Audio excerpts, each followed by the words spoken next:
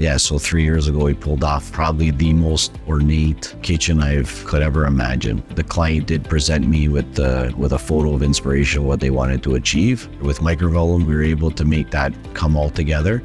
I don't know, the island alone was 16 feet long, molding in detail after molding after detail, and just with Microvellum as fast as I wanted it to be. You know, we did what we had to pull it off, and with the help of Microvellum too, it's just the weight. We had to increase the amount of hinges on each door. You know, we have to look at the weight capacities of the hardware we use and making sure that we're not over exceeding. And that's the difference between a millwork company and a kitchen company.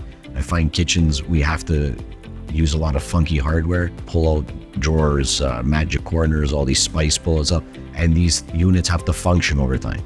So they're not panels stuck to a wall, stuff like that. And then you're able to basically reformulate that layout in Microvellum to show all the extras and upgrades and the ideal kitchen that people wanted. Any cabinet you touch, it opened with the motor.